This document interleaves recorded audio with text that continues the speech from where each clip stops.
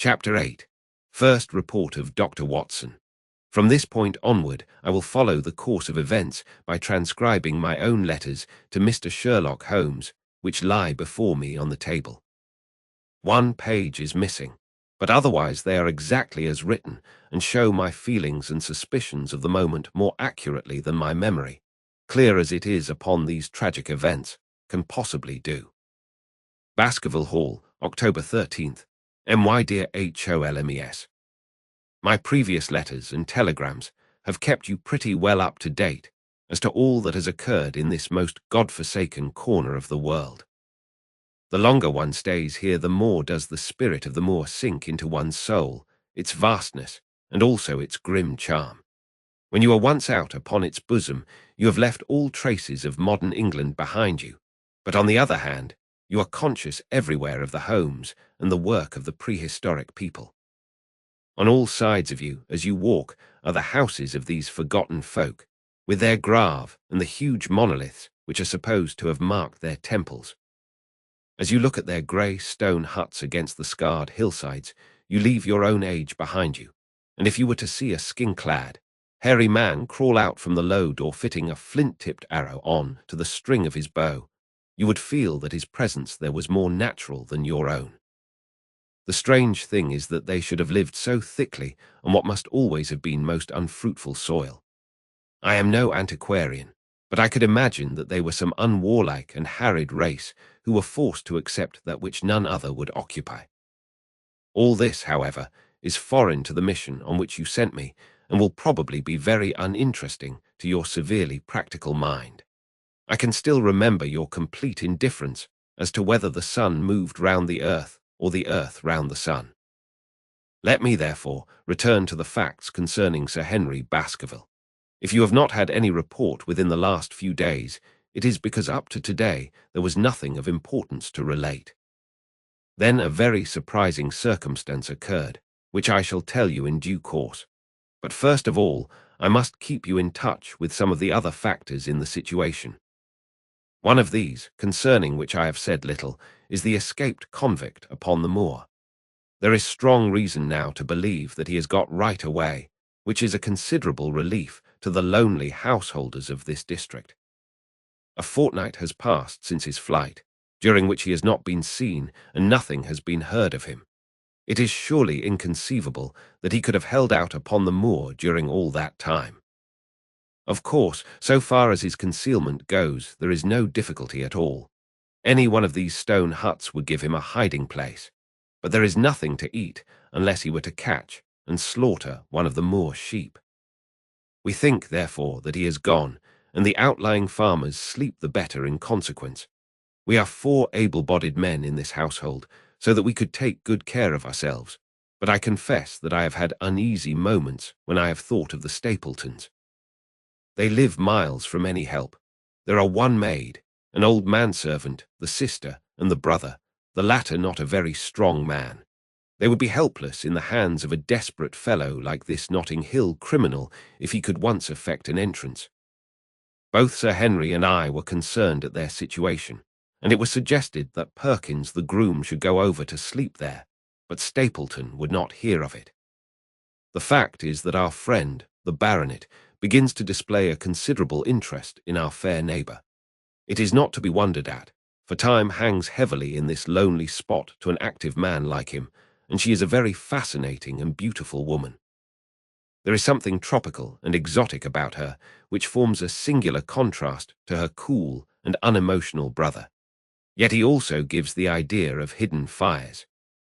He has certainly a very marked influence over her, for I have seen her continually glance at him as she talked, as if seeking approbation for what she said. I trust that he is kind to her.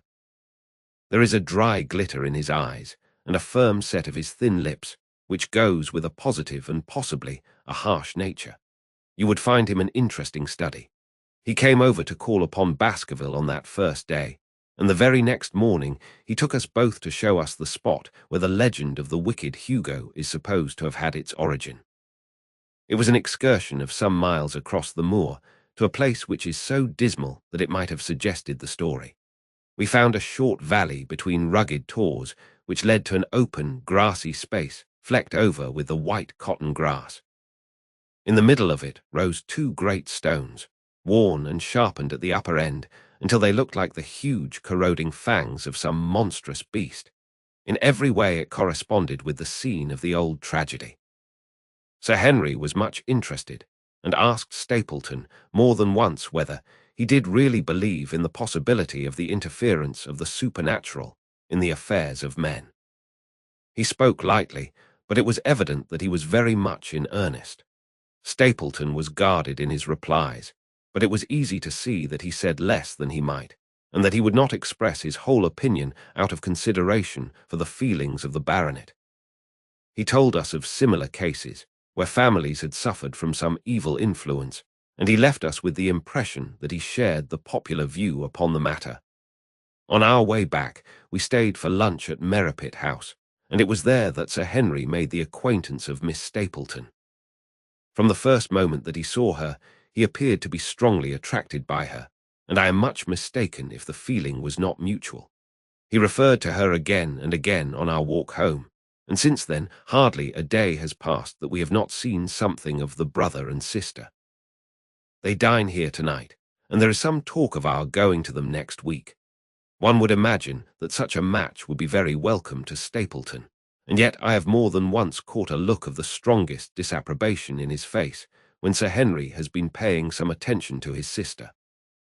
He is much attached to her, no doubt, and would lead a lonely life without her, but it would seem the height of selfishness if he were to stand in the way of her making so brilliant a marriage. Yet I am certain that he does not wish their intimacy to ripen into love, and I have several times observed that he has taken pains to prevent them from being tete-a-tete. By the way, your instructions to me never to allow Sir Henry to go out alone will become very much more onerous if a love affair were to be added to our other difficulties.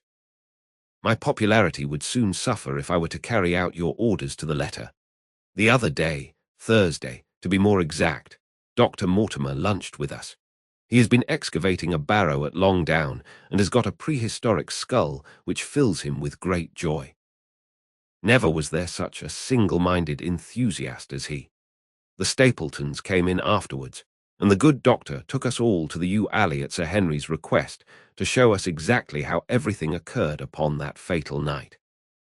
It is a long, dismal walk, the yew alley, between two high walls of clipped hedge, with a narrow band of grass upon either side.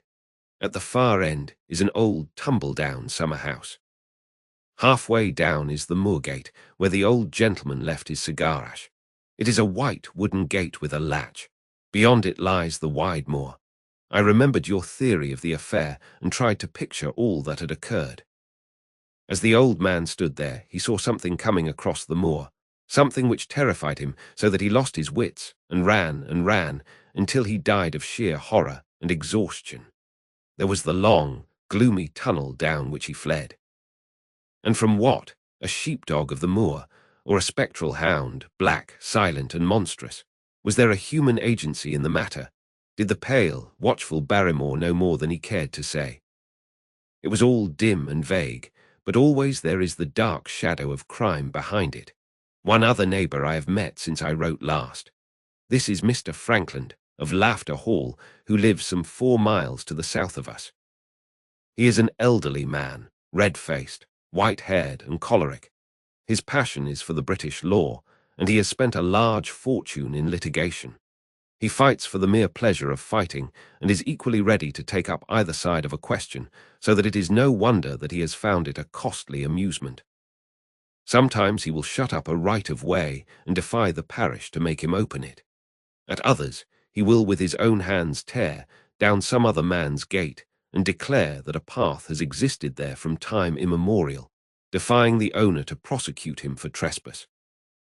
He is learned in old manorial and communal rights, and he applies his knowledge sometimes in favour of the villagers of Fernworthy and sometimes against them, so that he is periodically either carried in triumph down the village street or else burned in effigy, according to his latest exploit. He is said to have about 7 lawsuits upon his hands at present, which will probably swallow up the remainder of his fortune, and so draw his sting and leave him harmless for the future.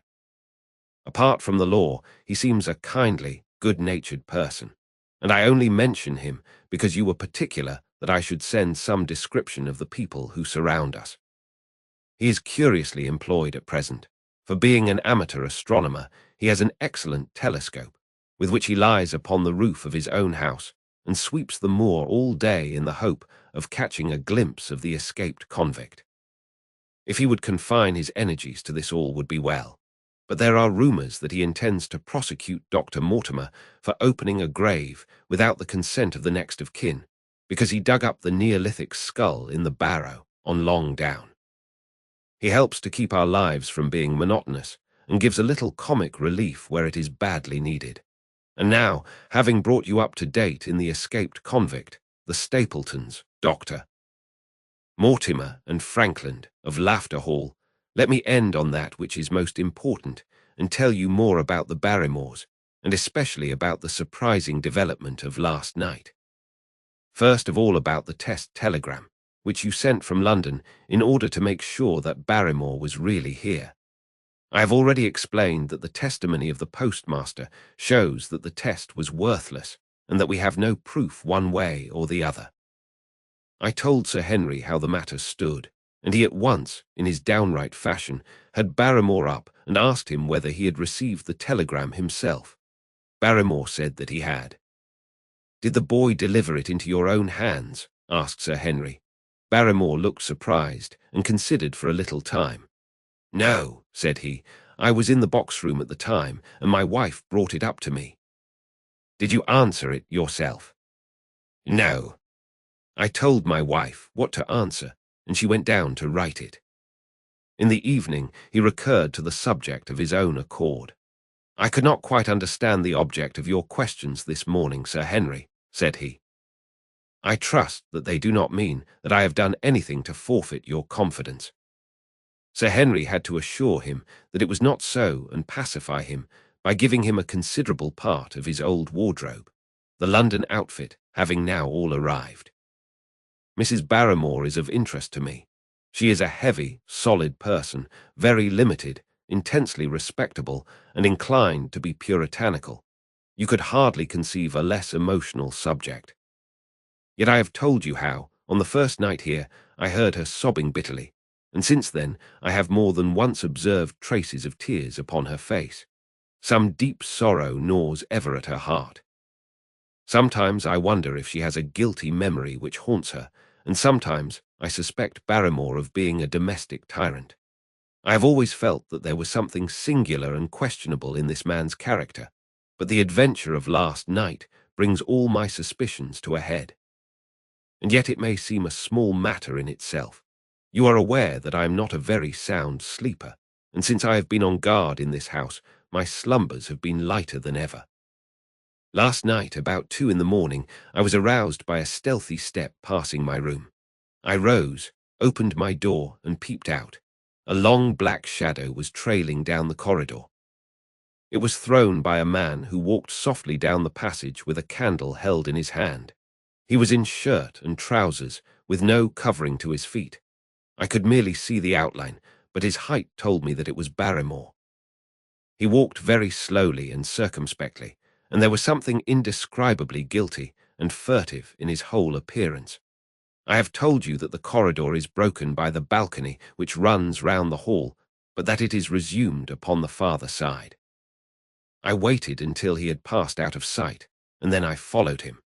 When I came round the balcony, he had reached the end of the farther corridor, and I could see from the glimmer of light through an open door that he had entered one of the rooms.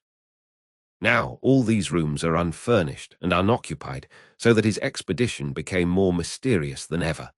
The light shone steadily, as if he were standing motionless. I crept down the passage as noiselessly as I could and peeped round the corner of the door. Barrymore was crouching at the window with the candle held against the glass. His profile was half turned towards me, and his face seemed to be rigid with expectation as he stared out into the blackness of the moor. For some minutes he stood watching intently. Then he gave a deep groan, and with an impatient gesture he put out the light. Instantly I made my way back to my room, and very shortly came the stealthy steps passing once more upon their return journey. Long afterwards, when I had fallen into a light sleep, I heard a key turn somewhere in a lock, but I could not tell whence the sound came. What it all means I cannot guess, but there is some secret business going on in this house of gloom which sooner or later we shall get to the bottom of. I do not trouble you with my theories, for you ask me to furnish you only with facts. I have had a long talk with Sir Henry this morning, and we have made a plan of campaign founded upon my observations of last night. I will not speak about it just now, but it should make my next report interesting reading.